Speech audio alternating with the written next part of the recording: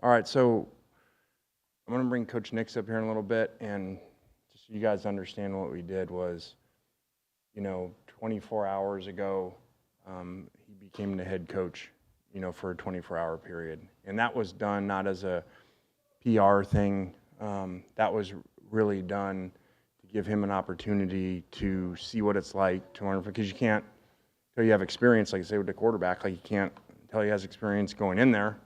All right, it's the only way to get experience. So, and it really, I remember my dad telling me a long time ago, be very grateful for what you have, because this is really not this has not been a good profession at all for minorities. And he used to say all the time, he's like, I'm just telling you, there's more Tony Dungy's, there's more Lovie Smiths, there's more Mike Tomlins that never get the opportunity. And then it hit me when I was discussing this, that you look around and here's the SEC, here's a couple schools coming in from Big 12, and we're in 2023, and between SEC and Big 12 we have no minority head coaches. So that's really unfortunate. Not that I'm going to be able to change that, but to give someone an opportunity that to speak in front of the team, to handle media, to handle pregame meal, to handle injury reports, to go out there today to manage the kind of scrimmage, which is like a mock game that way, I think was really good for him. And again, you can't see how good somebody is until you get a chance to do it. So, that would be my wish out there to ADs, presidents, and universities, to understand that. And this is a good example. Coach Nix has been here. We've been fortunate to keep him here. He's had a lot of opportunities to leave. Enjoyed working with him. He's done a great job. And then today you saw a whole nother level out of him, of his intensity in meetings last night, pregame meal with the players, handling depth charts, doing everything. I was inspired by listening to him this morning, talk to the team. So it was really cool to step back, be able to see that. And, I just hope coaches like Coach Nix in this profession, black coaches that, don't get opportunities, start getting opportunities, because it is ridiculous. We're talking about two major conferences right here in this area, and when whatever it is, 80% of our players are minorities, but we got all white coaches. It's really a system that needs to be fixed. So, Coach Nix.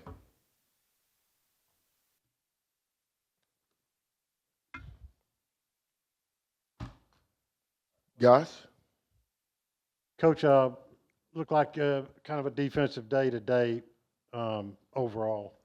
Yeah, before I get started, let me say this. I want to thank Coach Kiffin again for the opportunity to go out there and be the head coach today. It started yesterday from organizing the staff meetings, having the chance to talk to the team in the pregame meal, go out there today and kind of help lead the coordinators as we went through the scrimmage.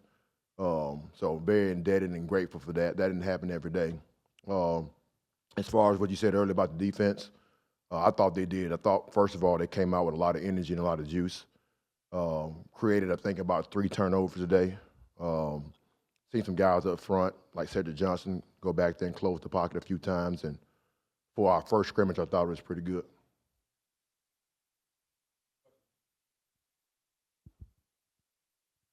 What have the last 24 hours been like for you? Well, I'm going to tell you, at 3 o'clock in the morning, I had to remind myself now, hey, this is just a scrimmage now. I couldn't sleep. And actually, when Coach Kiffin gave me the news probably earlier that day, the initial thought was pumped up, excited, got in the staff meeting room and had what I wanted to say, but voice crackling probably because these are my peers. But got a chance to regroup with the coordinators and, hey, let's put together a plan of what we want to do. Got a chance to sleep over it, got up this morning, went back through it again, and, felt like, being at home. Obviously, I got a lot to learn, but an awesome opportunity. Let's Jam got a lot of touches, it seems. I know he's been here a short period of time, but what's been the early impression of him since he's gotten here and able to kind of get in the mix? Yeah, the whole running back group as a whole. I think the whole running back group as a whole they've been very dynamic so far during camp. I mean, they've been really the catalyst on offense. I mean, finishing runs, giving great effort.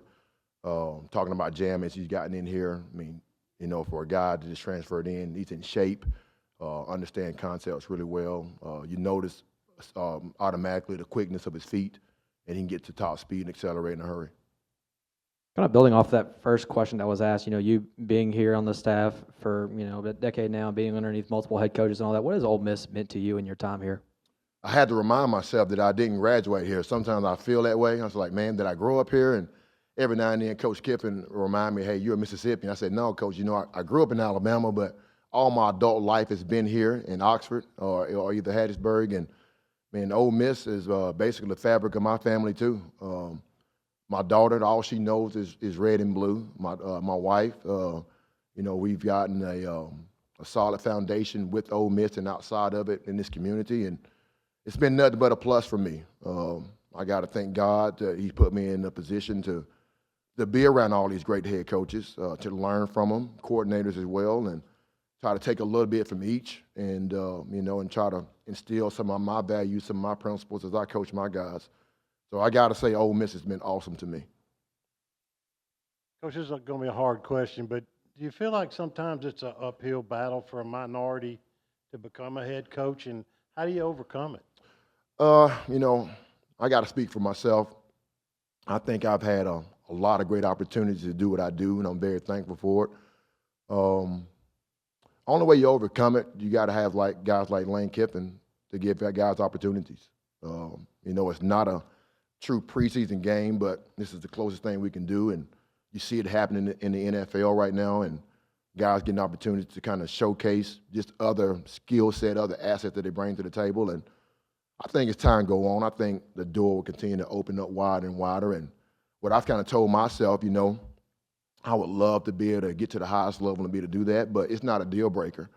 Control the controllables, the task you're given, do it to the best of your ability, and let the other things fall in place. Your specialty, obviously, is wide receiver. Go over how the wide receivers have done in this first week and where you see them in the progression. I've been very pleased with them overall, especially with some of the new guys that have transferred in, mixing with some of the guys that have come back. I think these guys have shown me that their willingness to work over the summer and doing a lot of things on their own, first of all, whether it be catching jugs, coming back and get extra film work, going into practice right now. These guys, in my opinion, they've got a good start, but I'm very pleased with what I'm seeing so far. That's what I'll say for now. Coach, what did you learn today, and in the time leading up to today? What did you learn? The biggest thing, to be a clear communicator. That is what I felt out there and in between that scrimmage. Making sure that you go back through the plan with a fine-tooth comb, making sure that all the coaches are on the same page. And I had to learn not to just be a wide receiver coach, look at the other side of the ball, look at the other positions, and you got to kind of be there for everybody.